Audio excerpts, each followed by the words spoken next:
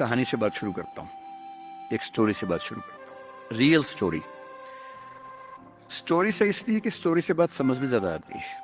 और as a parent, मेरा एक बेटा है, 17 का होने वाला है, नहीं होने वाला नहीं, हो गया है, 3 दिन पहले हो गया है, अब ये भी हुआ है। तो 17 की उम्र आप जानते हैं सबसे खतरनाक होती है। आप लोग भी लगभग उसके आसपास होंगे, अभी अभी उससे निकले होंगे। Most difficult age is this, 16, 18, 19। इस उम्र में आपके हार्मोन्स इतना ज्यादा जंप करते हैं कि मूड स्विंग्स बहुत ज्यादा होते हैं। आपको अपने दोस्तों से बात करके इतना सुकून मिलता है। पेरेंट्स दुश्मन नजर आते हैं इस उम्र में।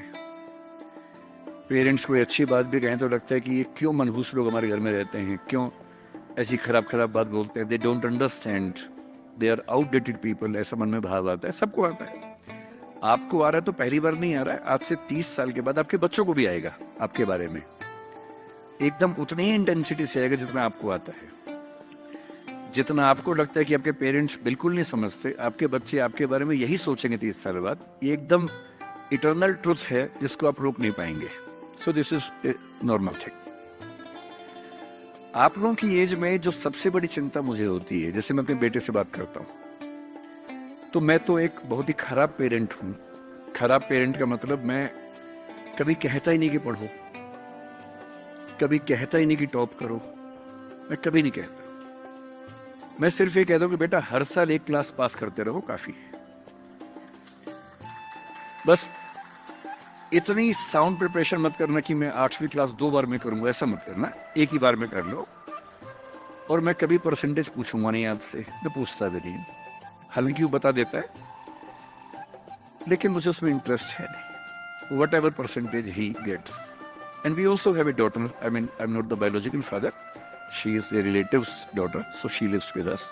हम दोनों बच्चों से बोलते हैं कि हम कभी नहीं पूछेंगे परसेंटेज क्या है, ना हम पूछते हैं, ना हमारा इंटरेस्ट है। हमारा इंटरेस्ट केवल इस बात में है कि वो बेहतर ह्यूमन बींग बन जाए, क्योंकि मैंने जिंदगी को बहुत अच्छे से देखा है। और मैं एक बहुत ही खराब स्टूडेंट रहा हूँ स्कूल में, बहुत बदमाश, शरारती, कम पढ़ने वाला। पर दिमाग इतना था कि 10 दिन 20 दिन पढ़ के अच्छे नंबर आ ही जाते थे। तो मेरा दिमाग कहता था कि जो काम 10 दिन का उसके लिए साल क्यों खराब करूं। जब 10 दिन में हो ही जाता है तो 10 दिन खराब करेंगे उसे। और दूसरी बात, ओवर द इयर्स मैंने ये सीखी है कि जो मैंने स्कूल में पढ़ा था उसमें से बहुत कम जिंदगी में काम आता है। मैंने ट्रिगोनोमेट्री पढ़ी, मेरी जिंदगी में कभी काम नहीं आई। मैं कभी थीटा बीटा लगा ही नहीं पाता कहीं पर भी, आज तक यूज नहीं किया मैंने थीटा, कहाँ थी यूज करूं, काम में नहीं आया। मैंने दुनिया भर के नक्शे रटे थे स्कूल में, कहीं काम नहीं आए। जब किसी देश में घूमने जाता हूं, वहां का नक्शा देख लेता हूं और बचपन वाला याद भी नहीं आता, फिर से देखना पड़ता है। सीधी सी बात है। तो मैंने फील किया कि ज्यादातर चीजें जो स्कूल में हम पढ़ते हैं, कॉलेज में पढ़ते हैं, वो जो नॉलेज है वो जिंदगी में बहुत काम नहीं आती। जब काम आता है वो और चीज है, मैं उस पर ज्यादा बात करूंगा आपसे। लेकिन मेरी चिंता एज ए पेरेंट, और क्योंकि आप बच्चे उसी उम्र में हैं, मैं लगभग 50 साल का हूं, तो आप मेरे लिए लगभग उसी रोल में हैं कि आप मेरे बच्चे जैसे हैं। क्योंकि जो बच्चे होते हैं ना, अपने पेरेंट्स से बड़ी नफरत करते हैं, दूसरों के पेरेंट्स की सुन लेते हैं बात। तो आप मेरी बात सुन लेंगे, अपने घर में नहीं सुनेंगे। जैसे मेरा बेटा मेरी बात नहीं सुनता है, वो शायद यहाँ सीएम साहब की बात सुन लेगा। तो दूसरों की बात सुनना आसान होता है, अपने पेरेंट्स की बात सुनना मुश्किल होता है। तो आप सुन रहे हैं इसलिए मैं सुना रहा हूँ आपको। तो जो कहानी मैं आपको सुनाना चाह रहा हूँ, एक रियल कहानी है। और मेरी सबसे बड़ी चिंता अपने बच्चों को लेकर, आपको लेकर वही रहती है। मैं जब भी कोई कहानी सुनाता हूँ, नाम, जगह, वो सब बदल देता हूँ ताकि किसी की प्राइवेसी पर हमला ना हो। सबकी राइट टू प्राइवेसी है ना। एक बच्चा था जिसको मैं जानता हूँ, बचपन से जानता हूँ, बहुत ही जबरदस्त आर्टिस्टिक बच्चा, म्यूजिक का उस्ताद।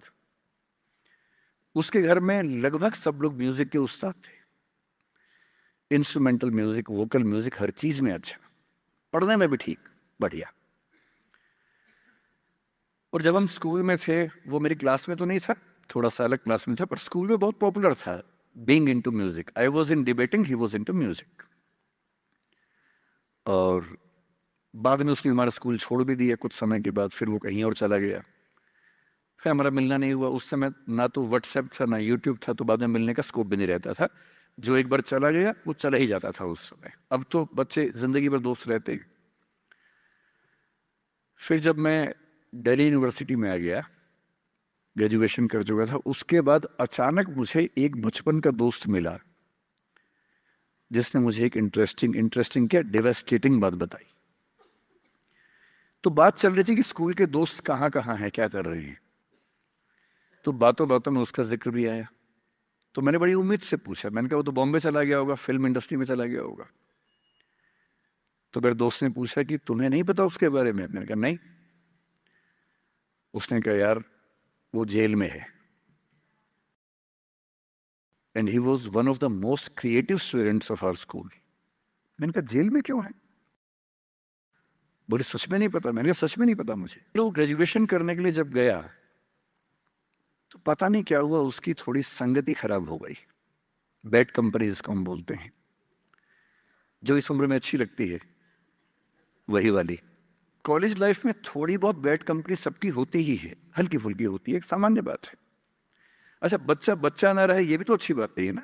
थोड़ा बचपन तो जीना भी चाहिए, थोड़ा शरारतें करनी भी चाहिए। पर किसी किसी का दुर्भाग्य होता है कि ज्यादा हो जाता है। उसके साथ ऐसा हुआ।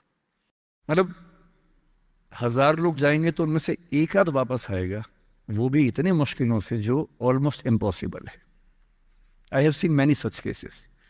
सोशल वेलफेयर डिपार्टमेंट से मेरे कई दोस्त ऑफिसर से, तो मैं उनसे जब पूछता हूँ, बताते हैं मैंने ऐसे लोगों को देखा है 10-10 साल से स्ट्रगल कर रहे हैं एडिक्शन से बाहर आने के, नहीं आ पा रहे, खत्म हो गए हैं। उस बच्चे को ड्रग्स की आदत पड़ गई कॉलेज में जाके, पेरेंट्स को पता ही नहीं था। तो जब पेरेंट्स को भनक लगी तो उसको दबाव बनाया कि तुम घर आ जाओ। अब वो जिस कंपनी में था, दोस्तों वाली कंपनी में, वहां अब ड्रग्स तो बहुत महंगे होते थे, पैसे घर से बहुत कम आते थे, जितने पैसे एक मिडिल क्लास फैमिली दे सकती है। अब वो घर से ज्यादा पैसे मांगने लगा, पैसे मिलते नहीं थे। उसको अपने ही घर के लोगों पर गुस्सा आने लगा। तो एक बार वो अपने घर आया हुआ था छुट्टियों में, और वहां भी वो कुछ कुछ करता रहता था। उसके पेरेंट्स ने उसको बहुत समझाया कि बेटा ऐसा मत करो। और एक दिन इस बात पे झगड़ा बढ़ गया। भाई आप पेरेंट्स की चिंता समझेंगे आज से 30 साल बाद, जब आपके बच्चे इस एज में होंगे ना, आपकी नानी मर जाएगी उस समय। नानी मरना एक मुहावरा है, इसका मतलब बहुत चिंता में रहेंगे उस समय आप। और उस दिन पता नहीं क्या हुआ, एक झगड़ा हुआ, क्योंकि जो एडिक्शन के शिकार हैं उनका दिमाग उनके कंट्रोल में नहीं होता है। यहाँ तक कि जो ड्रिंक करते हैं, ड्रिंक एक लेवल से ज्यादा कर लें तो दिमाग कंट्रोल से बाहर निकलने लगता है। ड्रग्स में तो ये एलिमेंट बहुत ज्यादा होता है। और आधी रात को उसने क्या किया, उसने अपनी फैमिली के 5 लोगों का मर्डर कर दिया। मर्डर। उसने खाने में जहर मिलाया, लगभग सब लोग उससे मर गए। एक मेंबर नहीं मरा क्योंकि उसने खाना खाया नहीं उस दिन, तो उसको उसने अलग से मारा। और ये बात है जब उसकी उम्र लगभग 17-18 साल की थी, या 19 के आसपास रहा होगा। उसके बाद वो जेल गया। मुझे उसके बाद से पता ही नहीं कि क्या हुआ, फांसी हुई या उम्र कैद हुई या क्या हुआ, ना तो मुझे पता है ना मैं इंटरेस्टेड हूँ जानने में। मैं उसका नाम हम सब जानता हूँ, एंड 1-2 क्लास स्कूल में ऐसी थी कि वो हम आसपास थे, जानते थे, पहचानते थे एक दूसरे को। मेरी सबसे बड़ी चिंता ये होती है बच्चों को लेकर कि किसी भी गलती से वो ड्रग्स में ना चले जाए। आप सबसे रिक्वेस्ट कर रहा हूं हाथ जोड़ के, कुछ भी कर लेना, ये मत करना। बदमाशी करो, शरारत करो, थोड़ा इश्क विश्क होगा करो, कोई दिक्कत नहीं। किसी को चीट मत करना, ड्रग्स में मत जाना, क्योंकि इन रास्तों पे जाने के बाद वापसी का रास्ता नहीं है। पूरी जिंदगी खत्म हो जाती है। एक शायर ने कहा है, बस एक कदम गलत उठाता राह शौक में, राह शौक का मतलब शौक के रास्ते पर चल पड़े थे, बस एक कदम गलत उठाता राह शौक में, मंजिल तमाम उम्र मुझे ढूंढती रही।